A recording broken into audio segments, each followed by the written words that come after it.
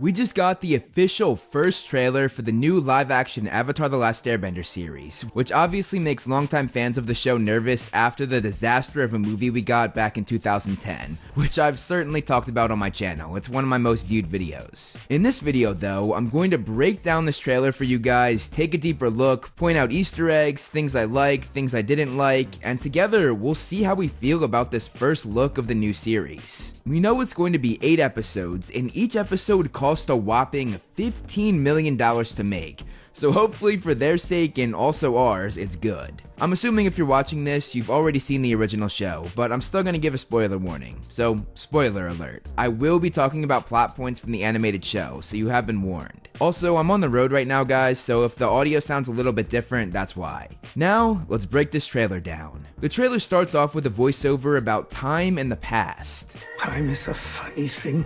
The past. And this is paired with a flashback to one of the air temples being taken down by the Fire Nation, an order that was carried out because of Fire Lord Sozin just before the start of the 100-Year War. This was not something we saw in the original show, we only saw the aftermath of it, which I guess makes sense considering it was a show aimed at kids. Showing an entire civilization going extinct might be a little bit dark. But looking at this shot, you can see that the city is floating in the clouds, confirming that that is what this is, and as fireballs rain down, we get an awesome shot showing that the Airbenders tried to fight back, which we never really heard about in the lore, so I think that's a pretty cool addition. The CGI looks pretty good here too, which is a relief after the live action movie CGI wasn't that great. It has been like 13 or 14 years since then though, so it definitely should be better, especially with that $15 million budget per episode. After that, we see the moment that Aang's iceberg came to the surface, and we see Katara played by Kia Wendio and Sokka played by Ian Owsley. The fact that they got Katara's hair loopies in live action is honestly super impressive, and is something that the movie did not do, which many fans complained about. She's also wearing the necklace that she got from her gran, made by Paku, her future waterbending master, and it looks pretty accurate to the animated show as well, and as do her clothes. While watching this trailer, they really tried to replicate everything as close to the animation as they could, which I think was really important after the movie's failure. They also nailed Sokka's haircut with the shaved sides, and the same goes for his clothes. Just like Katara, he looks exactly how he looked in the scene in the animated series. We then get a look at the Earth Kingdom city of Omashu with the Earth Kingdom symbol on the entrance, and this is of course where they will meet King Bumi. You can see all of the postal ramps that Aang rode down with Bumi when they were kids, and where the battle against the Fire Nation girl trio would take place in the second season.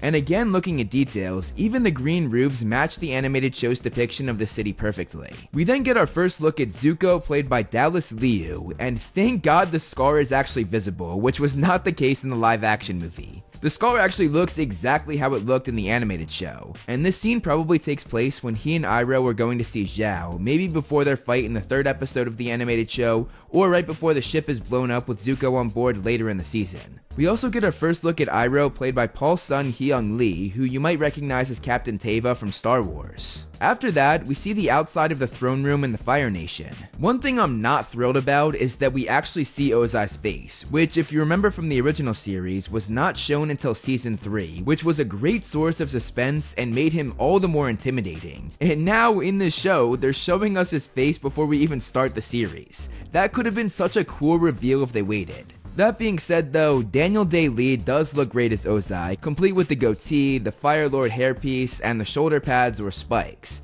This is another very accurate costume when looking at the animated series. I also love that the throne room is actually on fire, just like in the original show. I did not think that they would ever attempt this in live action, and just the thought of how much must have gone into this set is crazy. Then we see Suki played by Maria Zhang, which is the first time we've ever seen her in live action because the movie cut her and the Kyoshi Warriors completely, so it's good to see them. I've got to say, the makeup and the Kyoshi Warrior armor is pretty much perfect. They added a few things to it, like the gold streak under her eyes, and obviously much more detail on the headpiece, which I think looks great. We also see Sokka and Suki have a moment, and she's not wearing her Kyoshi Warrior makeup or clothes here, which is a sight that Sokka didn't see until season 2 of the original series where he didn't recognize her. So this scene is one that wasn't in the original show. Either that, or it's one of their interactions during the Kyoshi Island episode where they just decided she wouldn't be wearing all of that. Next, we see a whole squad of Kyoshi Warriors moving in sync with their fans, all being instructed by Suki. This room that they're in is just like the one from the animated show, which is pretty amazing attention attention to detail. Suki is also an interesting character in the show because she's connected to a character made up just for this new series, her mother Yukari, who they created to be the mayor of Kyoshi Island.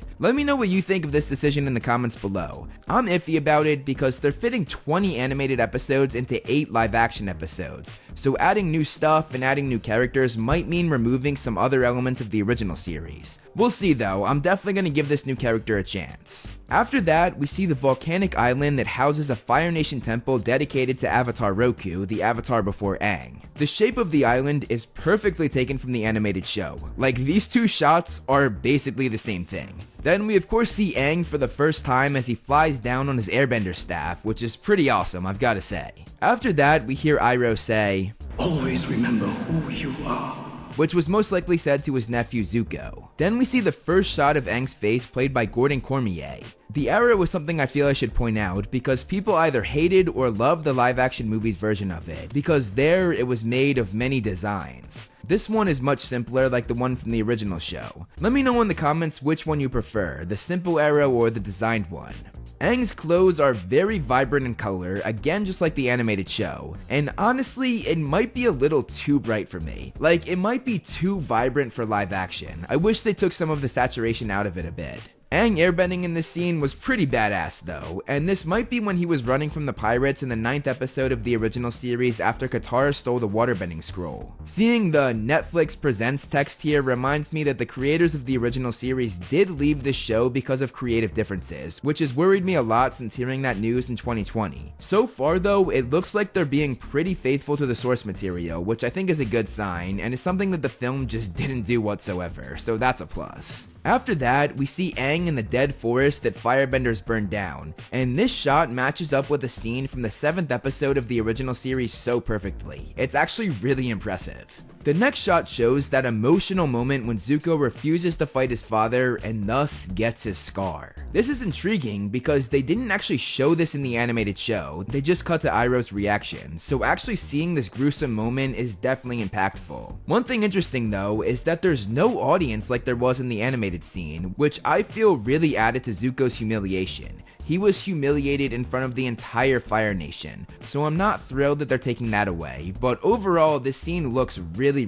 good. We then see who I believe is Zhao hanging up a picture of Aang, because he, like Zuko, is on the hunt for the Avatar on behalf of the Fire Nation. Hung up next to him, you can see a picture of Avatar Yang Chen, the last air nomad in the Avatar cycle before Aang, so clearly Zhao is doing his research, and clearly so are the creators of this show. You can also see the map shown at the beginning of every episode in the original series, with the Fire Nation Islands right here, and the tip of the Earth Kingdom above it. There's also a map down here, which I assume stamps where Team Avatar is gone, something Zhao was tracking in the original show as well. Following that, we see Iroh and Zuko fighting side by side, which could be several moments throughout Book 1, either fighting pirates, Zhao, or Earth Kingdom soldiers. But either way, that kick Zuko does as he shoots fire is incredibly accurate to the movements he does in animation, which I love to see. After that, we get a shot of Azula played by Elizabeth Yu, and it looks like she's in the throne room, meaning that could be that cliffhanger moment we got at the end of the first season in the animated show, as Ozai recruits his daughter to go after Zuko and Iroh. Also, that reflection of the flame in her eyes is definitely noteworthy and is a really cool detail. We get a shot of Katara and Sokka, and you can see Sokka's necklace pretty clearly here, which shows even more attention to the source material. It's exactly how it was in the animated show. This shot is probably when they approach Aang as he's going into the Avatar state in the 3rd episode of the original series while at the Southern Air Temple. This would add up when looking at the next shot in the trailer, as Aang does just that, going into the Avatar state. As he does, the arrow lights up from the back to the front, which is not the case in animation. It all lights up at the same time there. There are also designs that pop out as the arrow lights up in the new show, possibly being a nod to those fans that like the designs in the live action movie, which was quite possibly the only good thing about that adaptation, and only about half the fan base would agree with that. But it does look really cool here. I'm super happy with how they handled the arrow lighting up. Following that, we see a shot of what I think is Kyoshi Island being burned down by Zuko and the Fire Nation,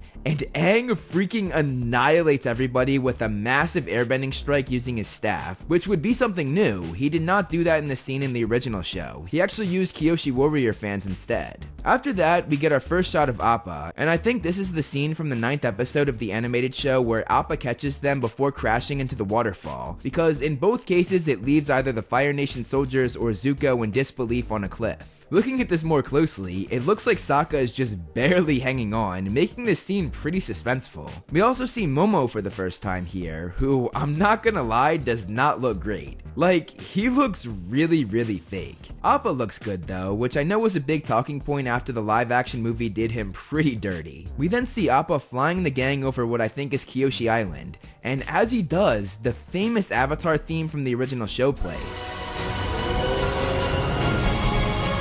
It then cuts to the Water Nation logo, the Earth Nation logo, the Fire Nation logo, and the Air Nation logo, the same order that is introduced to us at the start of every episode of the original series. The logo then appears, and Avatar is written in the same font, but there's much more focus on the last Airbender, swapping which part of the title has bigger text. The live action movie came out around the time of the Blue Avatar movie, so they actually couldn't use the title Avatar, calling it just The Last Airbender. So it's interesting that the new series is highlighting The Last Airbender more than Avatar, and makes me wonder if there still are some copyright things with the Blue Avatar, seeing as The Way of Water just came out last year. Then we got the news that the series comes out February 22nd, which is very exciting. I'm going to be covering the show in depth as it comes out, so if you haven't already, hit that subscribe button to make sure you don't miss any of my breakdowns, reviews, and thoughts on the series. In the meantime, let me know what you thought of the trailer. I'm keen to hear your thoughts and get some conversations rolling. That's all I have for you guys in this video though, so I'll see you in the next one. Thank you so much for watching, guys. I hope you enjoyed the video. You can follow me on Instagram to see more of my personal life, like my cute dog Loki, and some behind the scenes movie flame stuff. I also do similar content on TikTok and Twitter that I do here on this channel, so if you like what I do here, check them out. All the handles are right below me, and links are in the description. Over here are my wonderful patrons. If you want to be featured on the next video, plus get a few other perks, become a patron today. As always, if you liked the video, hit that like button and subscribe, and look out for more great movie flame videos on the way.